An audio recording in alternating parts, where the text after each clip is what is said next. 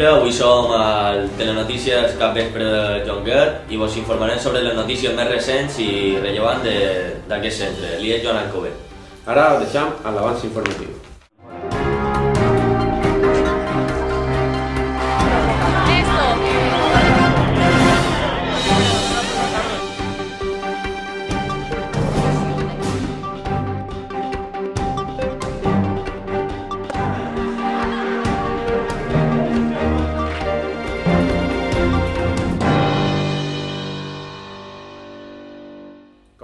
En primer lloc, vos informarem sobre la jubilació d'Esperança Morell, una professora d'educació física que ha estat en aquest centre durant 39 anys.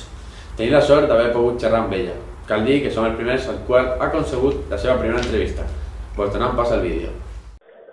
El contacte amb els llocs m'agrada molt el documental. Ensenyar i educar és normal, que digui això. Enyoraré en els professors, en els alumnes i sobretot en el Pol. En Pol és una persona que, bueno, aquesta relació està quasi passant. Superbé.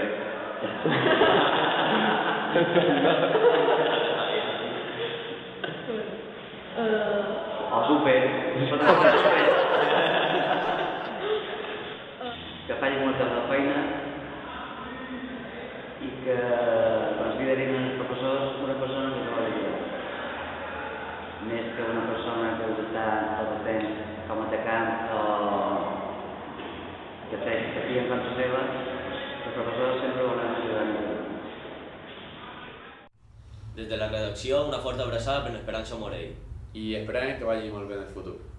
Plaça d'Estup, duit a terme pels alumnes de l'IES Ramon Llull. Les causes d'aquesta manifestació són l'impagament per part de la Conselleria d'aproximadament uns 40.000 euros, mentre que l'Institut té un deute d'11.000 euros. Per aquest mateix motiu, l'Institut no podrà pagar ni calefacció, ni electricitat, ni aigua corrent. A més, no podran fer ús de les fotocopiadores, que són imprescindibles per a ells. Ara donarem pas a Ana Marta, que està a la plaça d'Estup, crec que amb l'organitzador d'aquesta manifestació. Marta, te donem pas.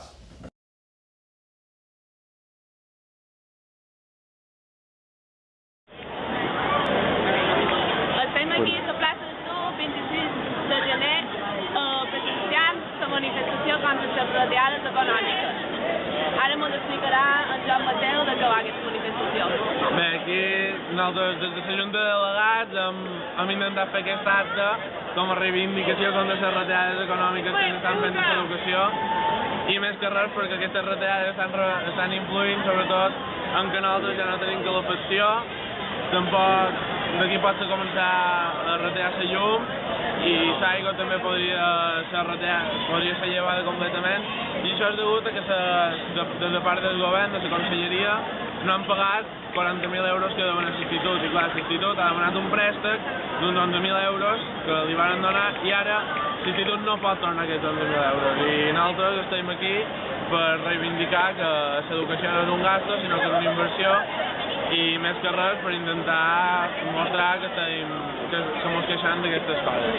També aquí hi ha en Joan Cano que juntament amb els altres delegats han muntat tot aquest tinglado i res, intentant que això pugui sortir bé i esperant que se puguin fer més manifestacions, adherim molts altres instituts que vulguin col·laborar amb nosaltres. I on preteniu arribar amb això? Bé, el nostre objectiu més que res és primer de tot la reivindicació i la queixa contra el que està succeint i que la crisi econòmica no és una justificació de les retallades en l'educació, sinó que se podria retallar amb altres aspectes totalment innecessaris com la corona i l'Iglesi.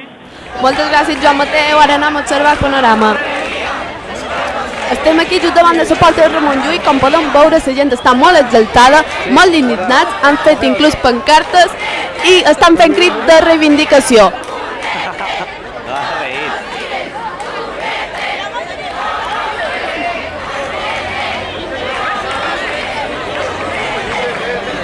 Si passa res important, demanem en connexió. Tornem amb tu, Jorge. Aconsegueixin qualque cosa. Per una altra banda, hem aconseguit xerrar amb la cap de departament, la Pepa Gorrias, que ens informarà sobre aplaudiran una paraula.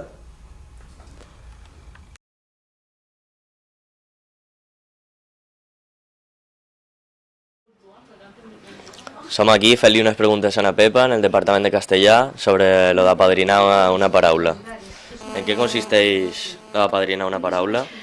Mireu, això és una activitat del Departament de Dinamicat per dinamitzar l'ús del català. Vol dir que els cursos inferiors, primer, segon i algun grup de tercer i quart fan el que és un llistat de paraules preferides i tota la classe després vota una paraula de cada alumne. Ara estem en aquesta fase, cada classe ja té la seva paraula apadrinada. Ara després vendrà la segona fase, que consistirà en que tots els grups participants han de votar una sola paraula, que serà la paraula, diríem, apadrinada pel centre. Tot això han fet feina dins les classes de català, de llengua catalana i també tutories. Ara estan il·lustrant les paraules apadrinades i farem una exposició, s'ha fet un PowerPoint i una sèrie d'activitats complementaris referides a conèixer més vocabulari, a dissertar en classe, expressió oral, a fer exercicis de tot tipus, etc. Pot donar un missatge per animar a la gent que ho faci? Sí, bé, necessitam que la segona fase de votació de les paraules dels grups sigui molt ràpida, perquè ja aquestes paraules aniran a una fase que és ambientar l'aula. Enguany, el motiu d'ambientació d'aula seran precisament això, les paraules resultant del concurs. Per tant, si encara hi ha algun grup que no té decidida la seva paraula, ha de fer molta via a fer-ho, perquè si no quedarà en desigualtat de condicions. Vale, pues moltes gràcies i...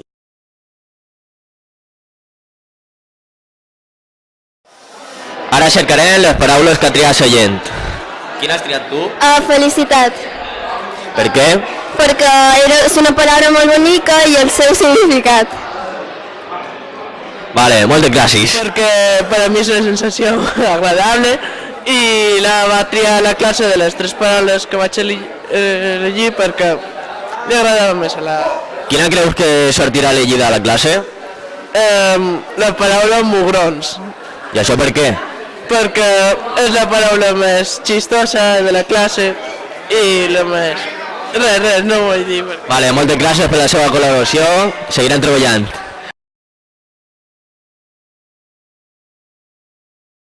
Quina paraula fa a l'institut cercant més paraules i a veure si tenim sort. Jo sempre estic molt alegre i els meus companys també. Vale, moltes gràcies per la teva col·laboració.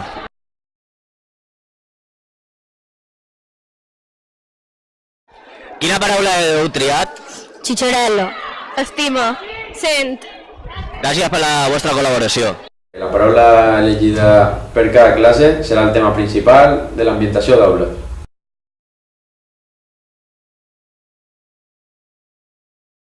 Ja és típic en aquest centre, aquest any es realitzarà el concurs de relats breus en català.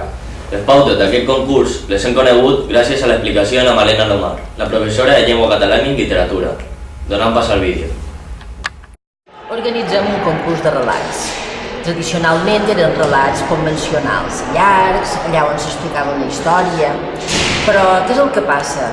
S'ha posat de moda el microrelat, el relat breu, les narracions allà on la història és molt concentrada i per això hem optat fer una mescla entre el que és la tradició, escriure alguna història de cara al dia de llibres i de Sant Jordi i per altra banda donar la possibilitat que se faci des d'aquesta òptica jove, breu, ràpida, de consum immediat. També he de dir que en aquest centre tenim estudiants, tenim joves, lotes que escriviu molt, però que molt bé.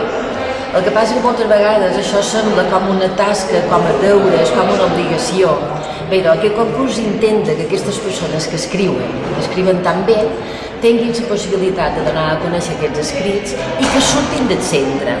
Els puguin llegir arreu del món, a través de la xarxa, i a més, i això també és important, puguin participar en el concurs de relats breus que també organitza l'Ajuntament de Palma.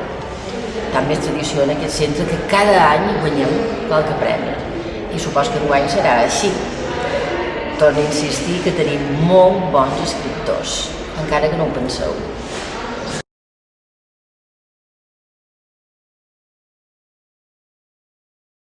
Hem pogut xerrar a la guanyadora de l'edició passada d'aquest concurs, la Fina Sastre. També hem aconseguit xerrar a la seva germana, que també va participar. Ara li farem unes preguntes. Hola, com te dius? Fina Sastre. I vas participar l'any passat al concurs? Sí. I què ens pots dir del teu relat? Que tracta sobre un nen que troba un llibre on posa el seu futur i posa que morirà al cap de poc temps. I ha d'intentar que no es mori. I com veus aquesta experiència? Bona.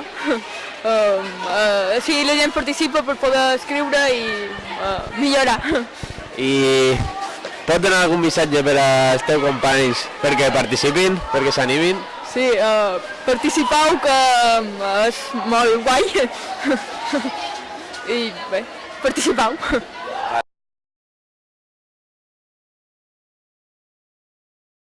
Pots donar algun missatge per als alumnes perquè s'animin? Que és molt divertit d'escriure i que llegeixin. Val, moltes gràcies. I volem desitjar-li molta sort al participant d'aquest centre en aquest concurs.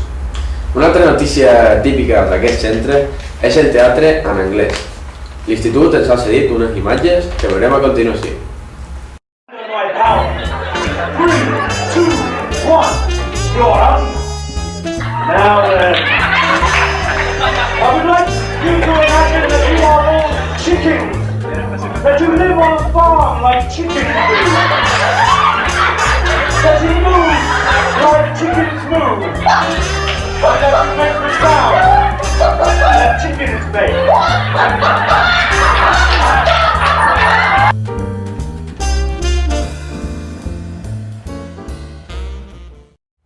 Fins aquí el Telenotícies. Vos desitjam molt bon cap de setmana i sempre prudents amb el cotxe. Ara vos deixam amb el temps. Anna Marta Torandell. Bon vespre.